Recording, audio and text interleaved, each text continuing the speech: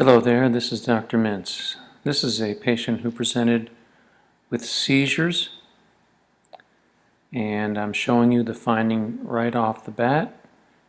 The uppermost cuts of the CT head. Following this downward here,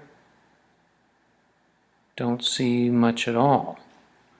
So we have a cystic lesion which contains fluid, and that's about all we're seeing here. Now this could be anything from a cystic metastasis or a partially cystic primary brain tumor to an infectious process like an abscess. Against some of these is the fact that you don't really have any edema around it. There's no mass effect.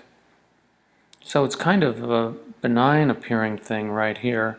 Doesn't have a thick irregular wall, just a little bit of a scalloping border.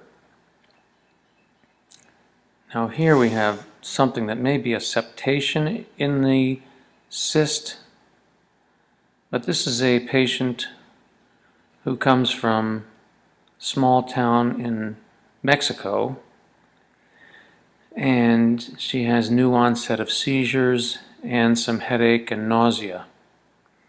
Well, this is clearly not the imaging test to stop the workup, so we need to go on and get an MRI, and sure enough, that's what was done.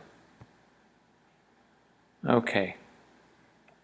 Now here you can see how much finer detail there is provided by MRI, and you can see the contours of this lesion very nicely in the sagittal plane. Also, it's of interest that there's really very little edema and mass effect. You can appreciate that on these T1 weighted images. You can see the cystic lesion, and it has this little soft tissue dot in it.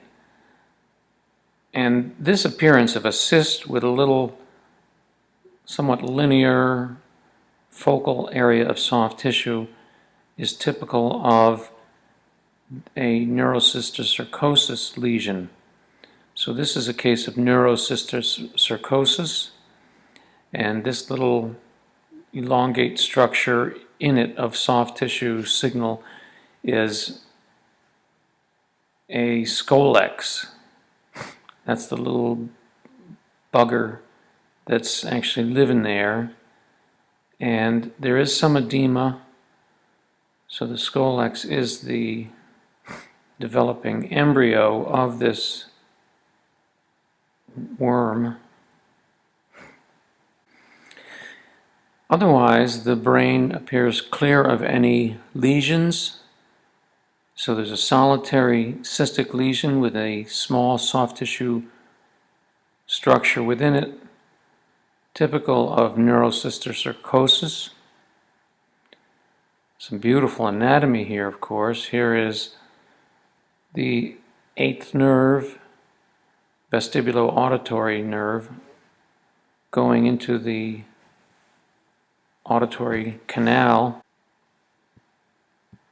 We'll look again at the scolex and the cystic lesion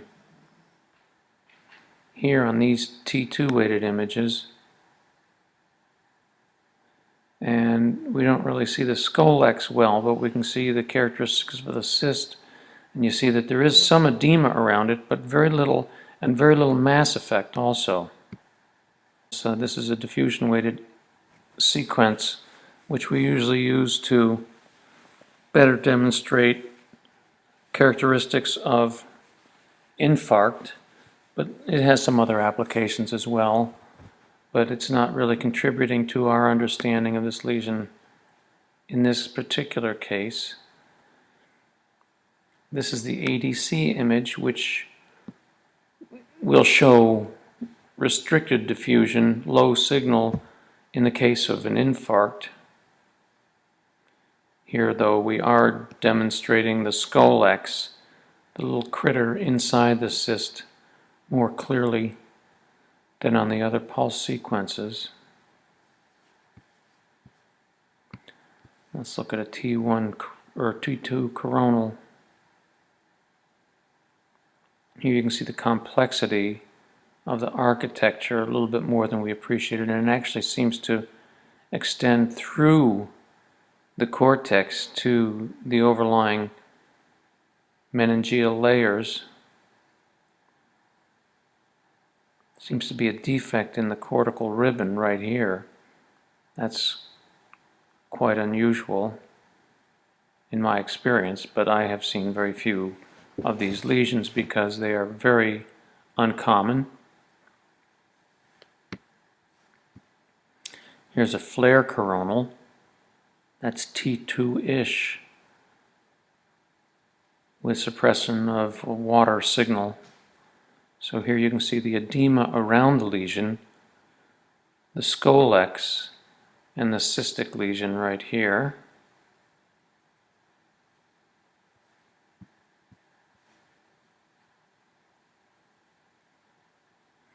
Now this is post-gadolinium images, so this is contrast enhanced.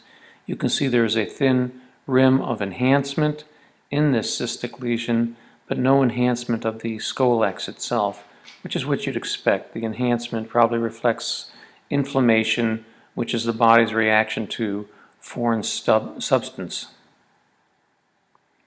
foreign material. So the body's trying to combat this lesion, and that involves inflammation, and inflammation involves increased vascular flow, and that causes enhancement following contrast administration.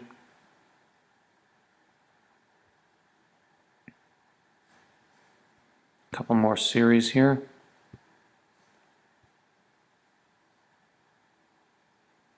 There's a very lovely depiction of this yucky lesion. That's probably the scolex right there. That's the low signal focus. This kind of figure 8 configuration. And in my experience, I think it's very uncommon for it to actually erode through the overlying cortex, but that's what I have to assume has happened here, because the margin of the scolex is extending at least to the pia, the overlying meningeal layer.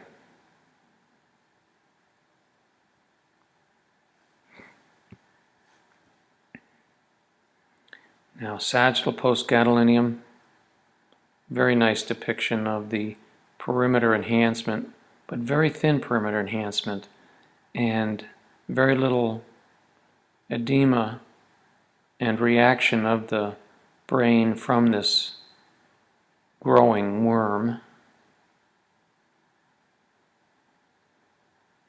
This, by the way, is a very nice demonstration of the fourth ventricle sitting deep to the mid portion of the cerebellum. And let's see what else we have here.